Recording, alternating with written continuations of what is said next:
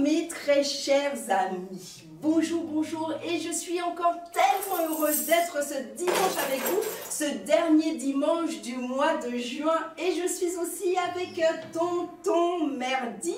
Bonjour. On ne change pas une équipe qui gagne, hein, d'accord? Très bien.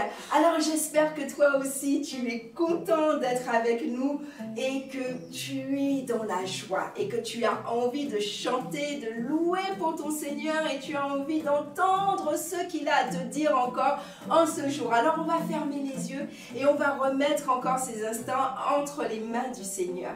Seigneur, nous voulons te dire merci. Nous voulons te dire merci pour tout ce que tu as créé. Nous voulons te dire merci, Seigneur, parce que tu es un Dieu bon. Nous voulons te dire merci parce que tu permets que ce matin encore, nous puissions être ensemble réunis, que nous avons la possibilité de chanter, de te louer, de danser pour toi. Et nous avons aussi la possibilité d'entendre ta parole. Alors Seigneur, je veux te prier afin que tu puisses visiter chacune des maisons, afin que tout le monde puisse sentir ta présence et que tout le monde soit dans la joie. Parce qu'en ce matin, nous voulons te rendre un culte qui te soit agréable, qui puisse réjouir ton cœur, Seigneur. Alors Seigneur, je te prie pour que tu puisses chasser toute tristesse.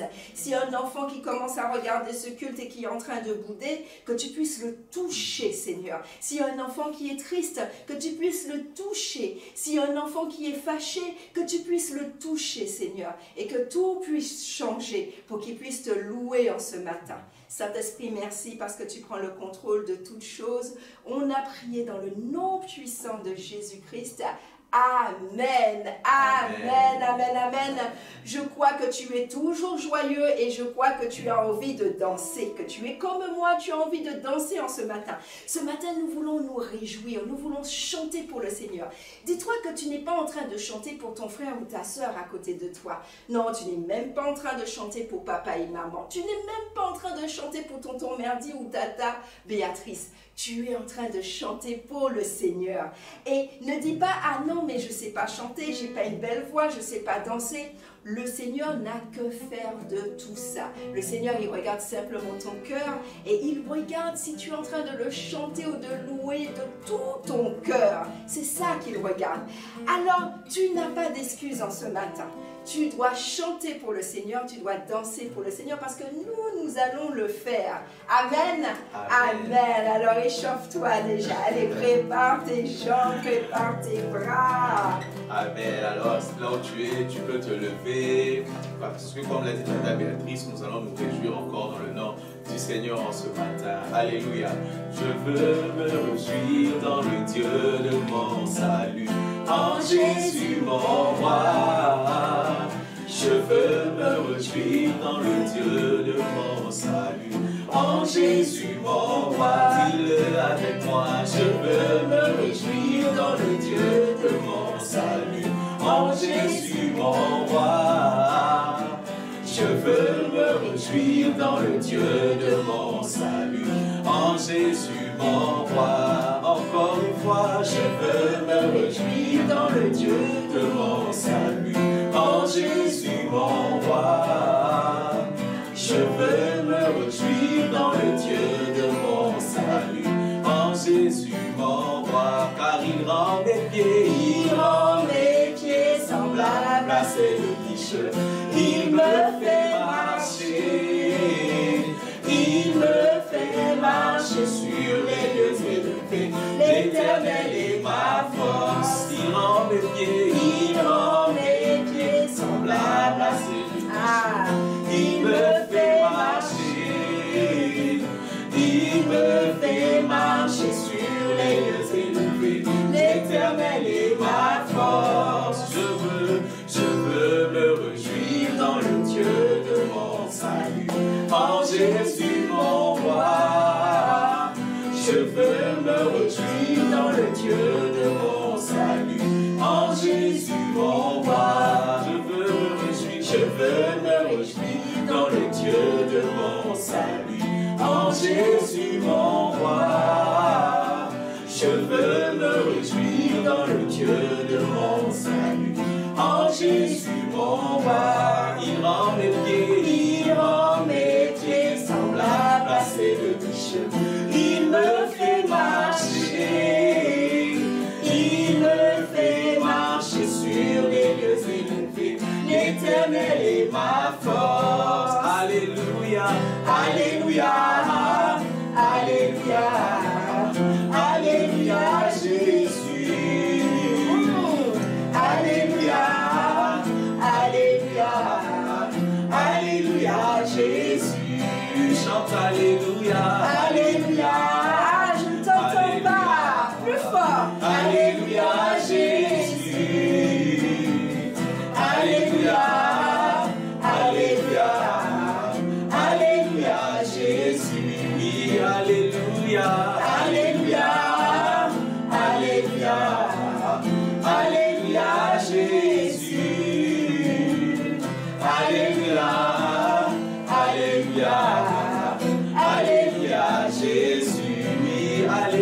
Alléluia, Alléluia, Alléluia, Alléluia, Jésus.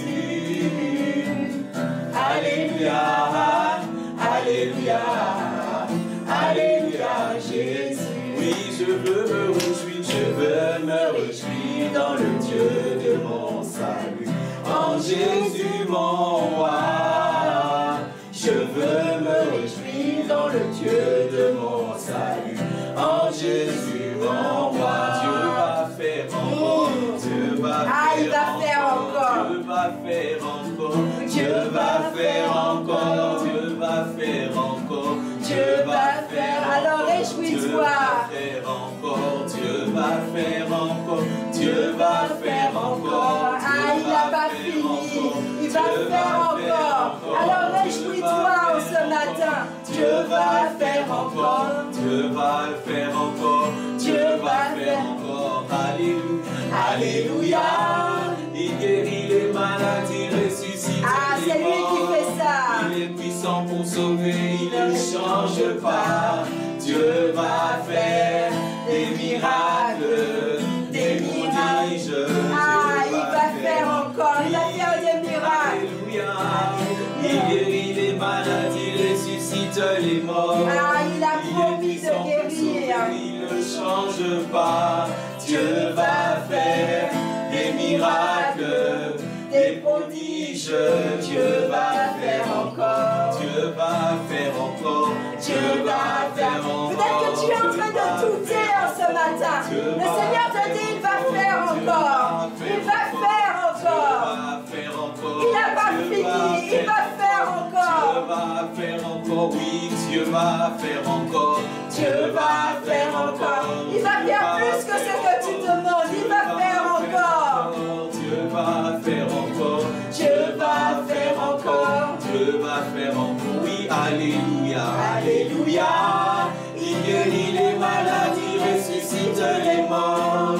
Il est puissant pour sauver, il ne change pas. Dieu va faire des miracles, des prodiges. Dieu va faire encore. Alléluia, Alléluia. Il guérit les maladies, ressuscite les morts. Ah, c'est mon Dieu qui fait ça. Pour sauver, il ne change pas. Dieu va faire des miracles, des prodiges.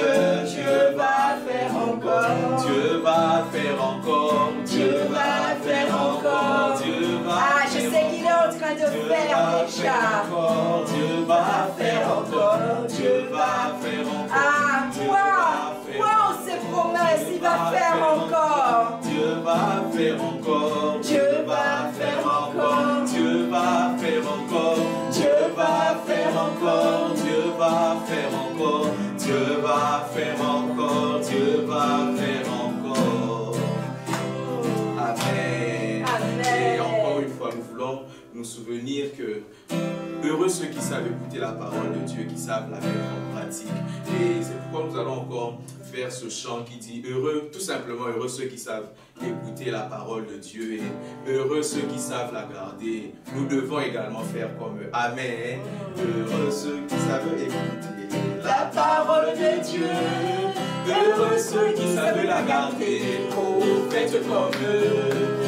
Heureux ceux qui savent écouter la parole de Dieu.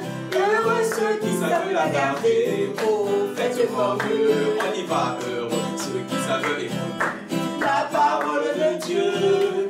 Heureux ceux qui savent la garder.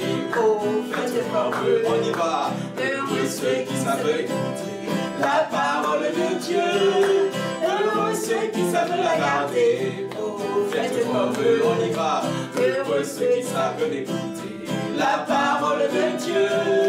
Heureux ceux qui savent la garder. Oh, faites comme eux. On y va. Heureux ceux qui savent écouter la parole de Dieu.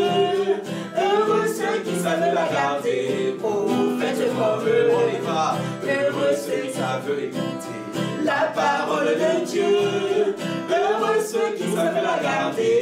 Oh, faites comme eux. Heureux ceux qui savent écouter la parole de Dieu.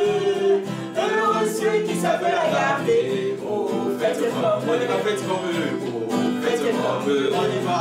Oh, faites comme eux. On y va. Oh, faites comme eux. Oh oui. Oh, faites comme eux. On y va. Oh, faites comme eux. Oh, faites comme eux.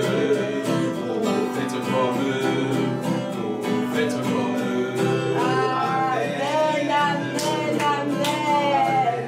Oui, Seigneur, nous voulons écouter ta parole.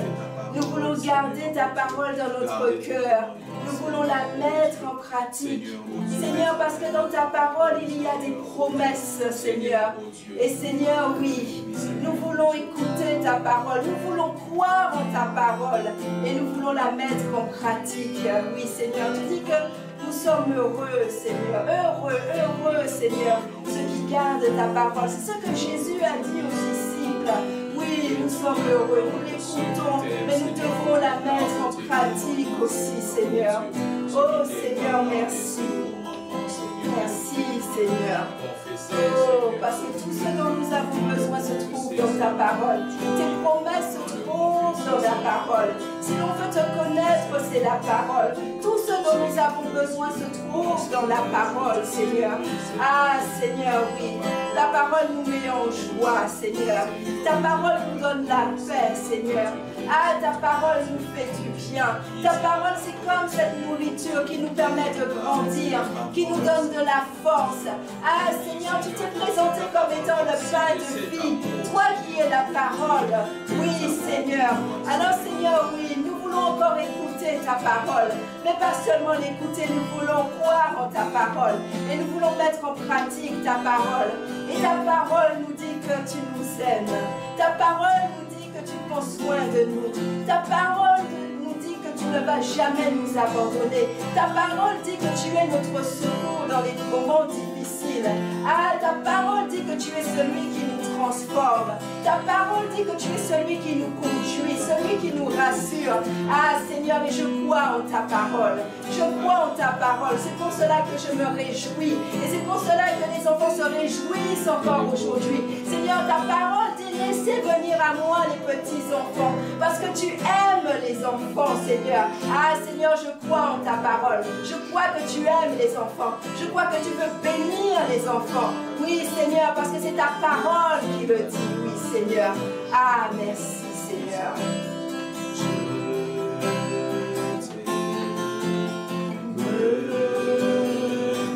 Je t'aime parce que tu as des paroles qui me font du bien. Ah oui, Jésus.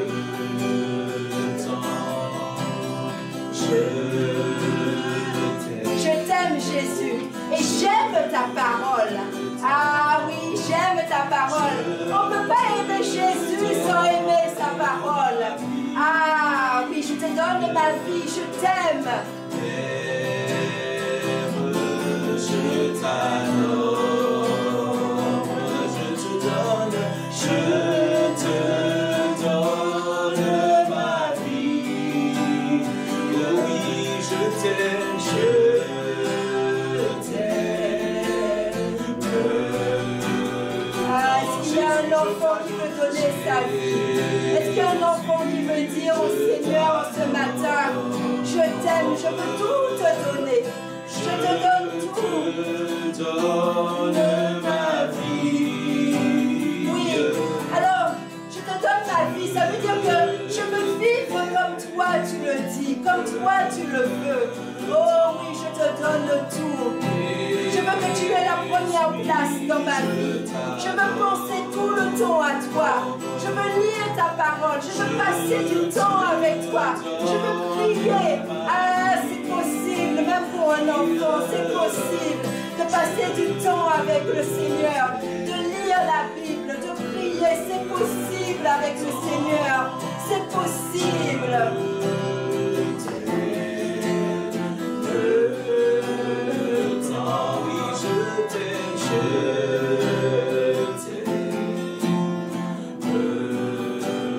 Seigneur, je t'aime parce que dans ta parole, tu nous as fait beaucoup de promesses.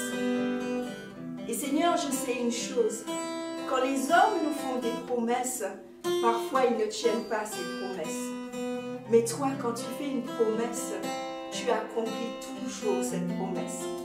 La Bible dit que tu es connu, que tu es vraiment connu parce que tes promesses s'accomplissent. La Bible dit aussi que tu n'es pas comme les hommes pour mentir. Tu ne mens pas. Et ce que tu dis dans ta parole, ce que tu dis dans la Bible, tu le fais. Alors peut-être que tu es là, tu nous écoutes et tu as lu quelque chose dans la Bible et tu te dis, mais est-ce que c'est pour moi? Est-ce que Dieu veut vraiment le faire pour moi? Le Seigneur te dit oui. Dieu accomplit ses promesses et il est avec toi. Est-ce que tu veux croire en toutes ces promesses en ce matin? Peut-être que tu as entendu Dieu te parler et tu te dis, mais est-ce que Dieu va réaliser ça? Peut-être que tu sens au fond de ton cœur que Dieu, il veut faire ce miracle dans ta vie. Il veut guérir maman, ou guérir grand-mère, ou guérir un tonton, un tata. Et tu te dis, mais est-ce possible? Parce que les médecins, ils n'ont pas réussi. Mais le Seigneur dit dans sa parole qu'il guérit. Et il guérit toutes les maladies. Alors en ce matin, crois en la parole, crois en ses promesses. Seigneur, nous te disons merci. Merci pour ta parole que tu veux encore nous donner aujourd'hui. Cette parole qui nous fait du bien, cette parole qui nous permet de grandir, cette parole qui nous permet de te connaître davantage. Seigneur, merci. Que mon cœur, que nos cœurs soient ouverts pour pouvoir recevoir cette parole. Parce que Seigneur, tout ce que tu dis est important. Tout ce que tu nous dis, c'est important. Et nous devons être attentifs à ta parole. Dans le nom de Jésus. Amen, amen, amen. Merci Seigneur pour ta parole. Je veux qu'en ce matin tu puisses croire. Tu sais, dimanche dernier, le Seigneur voulait que l'on puisse vraiment réaliser qu'il nous aime. Quelles que soient les circonstances, il nous aime. Son amour ne dépend pas des circonstances. Et aujourd'hui, le Seigneur veut nous dire que ses promesses, il accomplit toujours ses promesses. Les promesses de Dieu, c'est quoi? C'est ce que Dieu dit. Et Dieu peut parler de plusieurs façons. On trouve ses promesses dans la Bible, dans la parole, mais Dieu aussi peut te parler d'une autre façon. Il peut te parler à travers un rêve, il peut te parler au travers de quelqu'un d'autre. Il faut simplement que tu puisses croire que quand Dieu parle, quand il dit quelque chose, il réalise. Dans ma prière, je pouvais dire que les hommes peuvent faire des promesses. Tu sais, même parfois, papa et maman t'ont peut-être promis ce dimanche en disant « Oui, je vais t'amener au zoo. » D'accord? Et puis, ils ne peuvent pas tenir leurs promesses parce que figure-toi qu'il pleut, ils ne peuvent pas.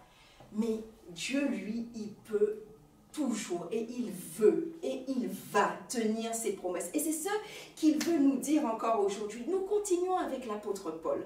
Tu te souviens, dimanche dernier, on a vu que l'apôtre Paul devait aller à Jérusalem. Il savait que ce qu'il attendait à Jérusalem était très difficile. On attendait de le tuer à plusieurs reprises à Jérusalem. On l'a frappé très très fort. Il savait que cela aurait été difficile parce que les Juifs, les chefs religieux ne l'aimaient pas. Mais on a vu qu'il est quand même allé. Il a quand même eu ce courage parce qu'il savait que Dieu l'aimait. Et on a vu aussi que Dieu nous fait parfois passer par des moments difficiles pour pouvoir accomplir son plan. Et on a vu que c'était peut-être difficile pour l'apôtre Paul, mais il a fallu que tout ça se passe pour que Paul puisse témoigner devant une grande foule. Et bon, Dieu choisit le moyen qu'il veut. Mais en tout cas, l'objectif a été atteint à travers tout cela, c'est-à-dire que Paul a pu témoigner à Jérusalem devant une grande foule. Et on a terminé la leçon en disant que Dieu avait parlé de nouveau à l'apôtre Paul et il avait dit à l'apôtre Paul que tu as été mon témoin à Jérusalem, maintenant il faut que tu sois mon témoin à Rome. Et donc là, nous faisons un voyage, nous arrivons dans Acte 27.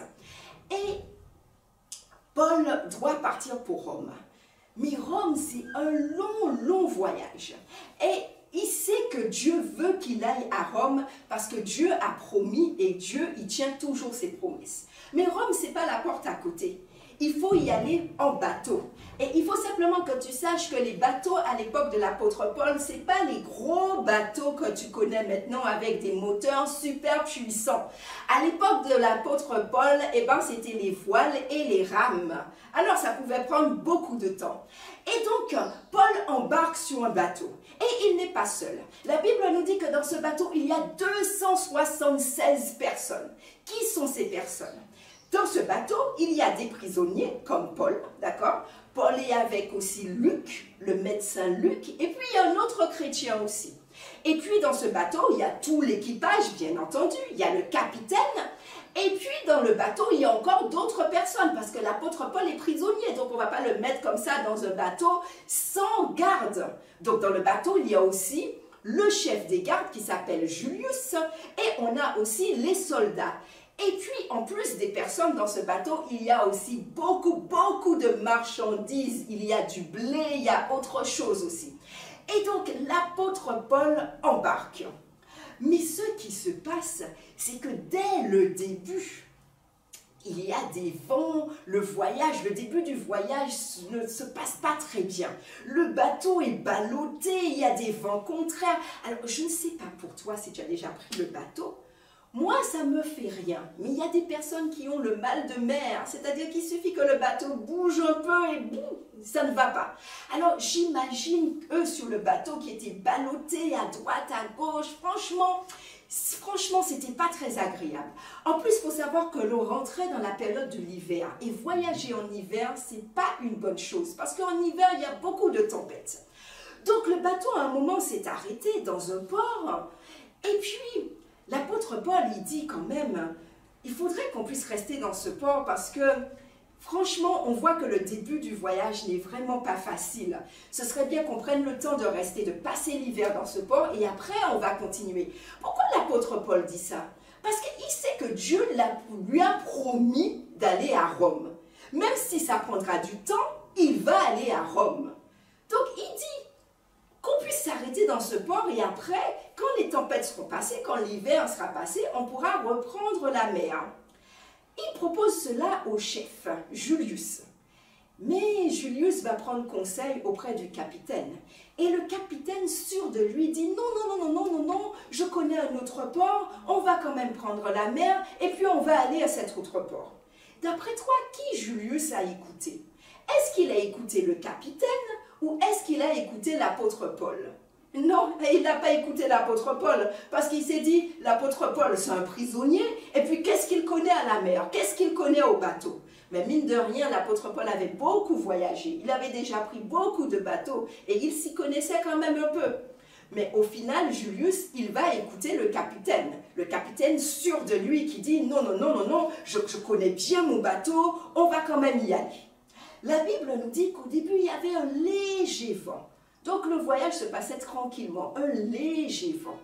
Et donc, la Bible nous dit aussi que le capitaine et tout l'équipage, sûrs de leur destin, ça veut dire que sûrs que ce qu'ils allaient décider allait se réaliser, ont pris la mer et ont longé en fait la côte. Mais il y a un vent très fort. Je crois que ce vent s'appelle Eurachilion. C'est ça, hein? Un vent très fort qui s'est levé tout d'un coup. Et voilà que la tempête est arrivée. Voilà que le bateau a été ballotté à droite, à gauche. Je t'ai dit au début que le bateau, il longeait le rivage. Mais là, le vent était tellement fort qu'ils n'avaient plus le contrôle du bateau. En fait, le bateau est parti au large. Vraiment, il y avait une forte tempête. Il pleuvait. En plus, figure-toi qu'on nous dit que pendant plusieurs jours, on ne voyait plus le soleil. On ne voyait plus les étoiles. Et pourquoi c'était important pour le capitaine et les marins de pouvoir voir le ciel et les étoiles, de voir le soleil? D'après toi, pourquoi c'était important? Tout simplement parce qu'à l'époque, on se dirigeait sur l'eau en regardant les étoiles, le soleil. Et oui, mais figure-toi que là, pendant plusieurs jours, plus d'étoiles, plus de soleil. Eh bien, ils se sont perdus. Ils se sont perdus en mer. Et puis, j'imagine, il y en avait peut-être qui avaient le mal de mer, qui étaient secoués de tous les côtés. Et franchement, ça se passait mal. Et donc, ils disaient, mais il faut alléger le bateau. Donc, qu'est-ce qu'ils ont fait pour alléger le bateau? Ils ont commencé à jeter une première partie des marchandises, parce que je t'avais dit que ce bateau était rempli aussi de marchandises, en plus des 276 hommes. Donc, ils ont jeté une partie des marchandises. Vraiment, ils étaient découragés. Ils n'avaient pas mangé depuis plusieurs jours. Vraiment, la Bible nous dit qu'ils désespéraient complètement. Pour eux, ils allaient mourir. Ils allaient vraiment mourir. Et c'est là que Paul leur a dit, vous aurez dû m'écouter. Vous aurez dû m'écouter. Tu sais, peut-être que tu peux te dire que le plan de Dieu allait échouer parce qu'ils n'ont pas écouté Paul. Et ils sont allés dans cette tempête et qu'ils allaient mourir. Je veux te dire simplement que rien ne peut empêcher au plan de Dieu de s'accomplir. Même pas les erreurs des hommes. Là, il y a eu une erreur des hommes parce qu'ils n'ont pas voulu écouter l'apôtre Paul. Ils ont quand même pris la mer et ils sont tombés dans cette tempête. Donc on peut se dire, eh ben zut, le plan de Dieu a échoué. Mais sache que le plan de Dieu n'échoue jamais. Même s'il y a des erreurs, même si les hommes ne veulent pas écouter, le plan de Dieu va toujours s'accomplir. Et donc le plan de Dieu va s'accomplir aussi pour Paul. Le plan de Dieu va s'accomplir pour toi. Ce que Dieu a décidé pour toi, même s'il y a des moments difficiles, même si tu as l'impression que ça ne va jamais s'accomplir, oui. Si le Seigneur a dit que tu vas devenir telle personne, si le Seigneur a dit que tu vas exercer tel métier, que tu vas faire tel métier, même si au début des études, je te prends un exemple, admettons le Seigneur il dit que tu vas devenir un médecin, mais tu te rends compte que le début des études c'est quand même un peu difficile, mais si le Seigneur t'a fait cette promesse, eh bien il va te permettre de réussir, parce qu'il t'a fait cette promesse. Et Dieu avait fait la promesse à l'apôtre Paul d'aller à Rome. Donc ce n'est pas une simple tempête qui allait empêcher Paul d'aller à Rome. Là, ils ont connu cette tempête. Peut-être que toi, tu connais des tempêtes aussi dans ta vie. C'est quoi les tempêtes dans ta vie? Ça peut être une mauvaise nouvelle, ça peut être un échec, ça peut être la maladie, ça peut être la tristesse. Tout ça représente des tempêtes. Ça peut être par exemple un camarade qui dit du mal sur toi. Hein? Ça aussi, c'est une tempête. Mais les tempêtes vraiment dans ta vie ne faut pas empêcher à Dieu d'accomplir les promesses. D'accord? Donc, Paul vient les rassurer. Paul dit, Dieu a dit que j'irai à Rome. Donc, j'irai à Rome, même s'il y a cette tempête. Et Dieu est en train de dire qu'un ange du Dieu que je sers est venu me voir et m'a dit que je serai sauvé, ainsi que tous les hommes qui sont dans le bateau. Et c'est là que tu vois l'amour de Dieu. Parce que dans le bateau, il n'y avait pas que des personnes gentilles. Dans le bateau, il n'y avait pas que des personnes gentilles. Il y avait des soldats, et les soldats, généralement, n'étaient pas très gentils. Dans le bateau, il y avait des marins. Les marins, ce n'était pas trop ça. Mais Dieu a dit à Paul, non seulement toi, je vais te sauver pour que tu puisses aller à Rome, mais je vais sauver aussi tous ceux qui sont avec toi. Et c'est toujours ainsi que Dieu agit. Dieu veut que soit sauvé le bon comme le méchant. Dieu veut que tout le monde soit sauvé. Dieu veut que même la camarade de classe qui n'arrête pas de te frapper, de dire des mauvaises choses sur toi, Dieu veut que cette personne soit sauvée aussi. Oui, Dieu a dit à l'apôtre Paul, parce que Dieu aurait pu dire, je veux que Paul puisse aller à Rome pour se présenter devant l'empereur, devant César, pour pouvoir témoigner à Rome. Dieu aurait pu permettre que Paul soit sauvé du bateau, mais que tous les autres méchants coulent. Mais non, il a dit à Paul, tout le monde sera sauvé. C'est pour cela que lorsque les marins ont voulu prendre les canots de sauvetage pour pouvoir partir et sauver leur peau, l'apôtre Paul a dit au capitaine, non, non, non. L'apôtre Paul a dit à Julius, le chef, celui qui le gardait, de ne pas les laisser partir parce que Dieu a dit que tout le monde sera sauvé. Et en fait, l'apôtre Paul avait cette assurance. Pourquoi il était sûr de lui? Parce que Dieu lui avait fait la promesse. Et il sait que Dieu ne ment pas. C'est pour cela que l'apôtre Paul n'a pas été perturbé lorsque la tempête est venue. C'est pour cela que l'apôtre Paul n'a pas désespéré. Il n'a pas dit, oh Seigneur, tu m'avais promis et là je vais mourir. Non, parce qu'il savait que Dieu avait promis et qu'il tient toujours ses promesses. On ne sait pas comment Dieu va agir, mais on sait une chose, il tient toujours ses promesses. Et donc l'apôtre Paul dit à tout le monde, il faut que nous puissions manger encore un peu, parce qu'il faut prendre des forces. Et ils ont commencé à manger. On nous dit qu'ils ont repris courage. Ils ont repris courage. Quand ils ont fini de manger, ils ont encore jeté tout le reste de la marchandise. Et on dit que le bateau, ils ont vu une île. Et le bateau a encore continué à être fracassé. On nous dit que tout l'arrière du bateau a été fracassé. Mais il fallait rejoindre cette île. Et cette île, c'était l'île de Malte. Et quand je te disais que les soldats étaient méchants, parce qu'au moment où il fallait arriver sur l'île, le bateau, on ne pouvait pas y arriver avec le bateau. Il ne restait pratiquement plus rien du bateau.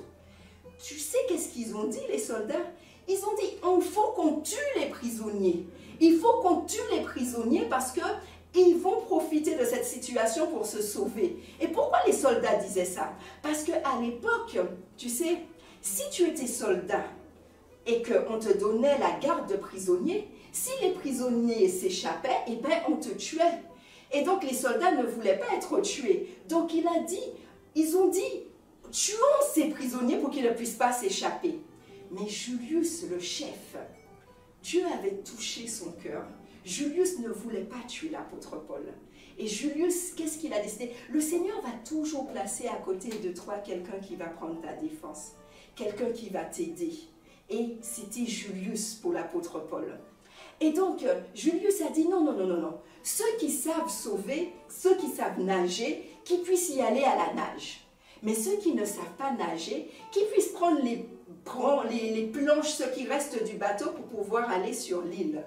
Et au final, tout le monde est bien arrivé sur l'île. Cette île s'appelle Malte. Et la Bible nous dit que c'était très difficile sur l'île parce qu'il faisait froid, il pleuvait. Et même lorsque l'apôtre Paul il a voulu faire du feu, il ramassait des brindilles, il y a une vipère qui l'a mordu. Et normalement, les vipères, elles sont très dangereuses. Et normalement, il devait mourir. Mais Dieu lui avait fait une promesse. Dieu lui avait dit qu'il irait à Rome. Donc ce n'était pas la tempête qui allait l'arrêter. Ce n'était pas la morsure d'une vipère qui allait l'arrêter. Il irait à Rome. Et Dieu t'a fait une promesse. Quel que soit ce qui se passe dans ta vie, Dieu t'a fait la promesse. Et donc l'apôtre Paul n'est pas mort malgré la morsure de cette vipère. Et le Seigneur, pourquoi l'apôtre Paul il a atterri sur cette île Malte? Parce que l'apôtre Paul devait aussi témoigner dans cette île. Et il devait faire des miracles dans cette île. Parce que la Bible nous dit qu'il y a un homme, Publius, qui a pris Paul chez lui, qui s'est occupé de Paul. Mais il y avait quelques malades chez Publius.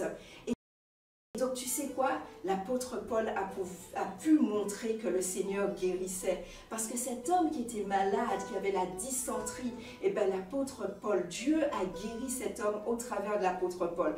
Et l'apôtre Paul a pu témoigner. Et le reste de l'histoire, on nous dit que l'apôtre Paul, il est resté 3 mois dans cette île de Malte. C'est-à-dire le temps de l'hiver. Et puis après, il est reparti pour Rome et il est arrivé à Rome. Ce que je veux que tu puisses retenir de cette histoire, c'est que lorsque Dieu promet, même s'il y a des situations difficiles, des situations qui vont te faire perdre courage, tu vas dire, Dieu a promis de guérir maman, mais je vois que maman, elle va de plus en plus mal. Ne sois pas déstabilisé par ça. Dieu a promis. Alors continue à prier le Seigneur. Continue à faire confiance au Seigneur. Continue à louer le Seigneur. Il va faire. On a chanté, Dieu va faire encore. Il va faire encore. Il guérit les malades, il ressuscite les morts. Il fait des miracles, des prodiges. Il va faire encore. Notre Dieu tient ses promesses. Donc s'il t'a dit quelque chose, s'il dit quelque chose dans la Bible, il va tenir sa promesse. Malgré les tempêtes de ta vie, malgré les vipères qui peuvent piquer, il va faire la promesse. Il va tenir sa promesse, comme il l'a tenue pour l'apôtre Paul. Amen. Amen. Et notre verset du jour se trouve dans Actes 27, le verset 25. Et je vais lire dans la version Parole de vie. Actes 27, verset 25. C'est l'apôtre Paul qui parle et qui dit « Mes amis, courage, j'ai confiance en Dieu, oui, ce que Dieu m'a dit va arriver. » Mes amis, courage, j'ai confiance en Dieu, oui, ce que Dieu m'a dit va arriver. Et c'est cette parole que je te dis encore, de la même façon que l'apôtre Paul, il a parlé aux autres, il a dit ça. C'est ce que le Seigneur veut te dire en ce matin. Il veut te dire courage, il veut te dire courage et confiance en Dieu. Ce que Dieu t'a dit va arriver. Même si ça te paraît impossible, même si ça te paraît tellement difficile, même si aujourd'hui tu es en train de regarder ta situation, tu regardes la situation de papa, maman, tu regardes où tu vis, tu dis mais c'est pas possible, Dieu m'a promis ça, mais je ne vois pas comment ça va s'accomplir. Dieu te dit fais-moi confiance, parce que je ne suis pas un homme pour mentir, ce que je t'ai promis va s'accomplir. Dieu est en train de te le dire ce matin. Ne sois pas inquiet, reprends courage. Comme ces marins et ces personnes ont repris courage lorsqu'ils ont mangé. Reprends courage. Ils ont mangé, ils ont repris courage. Le Seigneur dit, lis la parole, mange cette nourriture et reprends courage. Lis encore mes promesses, lis encore ma parole, reprends courage. Parce que ce que je t'ai promis va s'accomplir. Même si ça te paraît tellement difficile, même si ça te paraît impossible, il te l'a dit, ça va s'accomplir. Ça va s'accomplir. Amen. Amen. Alors ferme les yeux et dis Seigneur, Seigneur, je sais que c'est difficile. C'est difficile parce que c'est vrai que ta parole dit, que tu es un secours. C'est vrai que ta parole dit que tu es celui qui guérit. C'est vrai que ta parole dit que tu es celui qui pardonne. C'est vrai que ta parole dit que tu es un berger pour nous, que tu prends soin de nous. Ta parole dit que nous ne manquons de rien. Mais Seigneur, je vois la situation, c'est difficile. Mais Seigneur, aide-moi à te faire confiance. Aide-moi à croire en ta parole. Aide-moi à croire que ce que tu m'as dit va s'accomplir. Même si je ne sais pas comment, même si cela me paraît difficile, même si actuellement je suis dans une tempête terrible. Mais Seigneur, ouvre mes yeux. Parle-moi encore comme tu as parlé à l'apôtre Paul pour que je puisse être rempli de foi et de confiance. Oh Seigneur, Seigneur, je veux aussi te dire merci. Parce qu'à travers cette histoire de Paul, tu as montré que tu ne veux pas sauver seulement, épargner seulement ceux qui sont bons. Mais tu es venu, tu es mort à la croix et tu es ressuscité pour tout le monde, pour tous les méchants. Seigneur, dans ce bateau, il y avait des méchants. Dans ce bateau, il y avait des bons. Mais Seigneur, tu as dit à l'apôtre Paul que ces 276 personnes allaient être sauvées. Seigneur, tu veux que tout le monde soit sauvé. Alors je prie Seigneur pour ce camarade qui est méchant, qui soit sauvé. Pour ce voisin qui est méchant, qui soit sauvé. Que même ce parent qui est méchant, qui soit sauvé. Seigneur, que cette maîtresse qui est parfois méchante, elle soit sauvée. Seigneur, je prie pour que tout le monde soit sauvé, Seigneur. Seigneur, parce que c'est ta volonté. Seigneur, je te dis merci. Merci pour le Dieu merveilleux que tu es, Seigneur. Seigneur, je prie pour qu'un enfant puisse tenir bon encore en cette semaine. Même s'il ne voit pas encore l'accomplissement de la promesse, qu'il ne se décourage pas. Tu lui as dit qu'il va réussir et il voit que pour le moment, les notes, ce n'est pas vraiment ça. Il voit que ce n'est pas vraiment ça. Mais Seigneur, tu as fait une promesse. Tu as fait une promesse et je sais que tu vas accomplir cette promesse. Tu vas accomplir cette promesse. Tu as peut-être dit à un enfant, tu as promis à un enfant qu'il allait retrouver, un enfant qui vit loin de ses parents, qu'il allait retrouver ses parents. Ou que son papa allait revenir. Il est en train de réaliser que les choses qui se passent, vraiment, c'est tellement loin de tout cela. Mais je prie qu'il puisse croire encore en ta parole et qu'un jour viendra où son papa reviendra à la maison. Un jour viendra où son papa et sa maman seront réunis. Seigneur, parce que tu as fait la promesse, tu le lui as dit, Seigneur. Seigneur, nous te disons merci et que toute la gloire te revienne. Amen, amen, amen. Je veux qu'en cette semaine, tu puisses te souvenir des promesses du Seigneur. Et comment tu peux connaître les promesses du Seigneur? En lisant la Bible. Et c'est pas plus difficile que ça. Parce que tu dis, mais tata, oui, Dieu a fait des promesses, mais comment je peux savoir? Eh bien, lis la Bible. Et tu verras les promesses du Seigneur. Le Seigneur a promis de te garder. Il a promis de te faire du bien. Il a promis de te guérir. Il a promis beaucoup de choses, de te sauver. Alors crois dans les promesses du Seigneur. Et cette semaine, ne sois pas triste. Parce que Dieu va accomplir la promesse. Même si tu ne le vois pas encore, assurément, il va accomplir la promesse. Alors, je te souhaite un bon dimanche et une excellente semaine. Et tu viendras me témoigner des promesses qui se sont accomplies dans ta vie. Amen. Bon dimanche.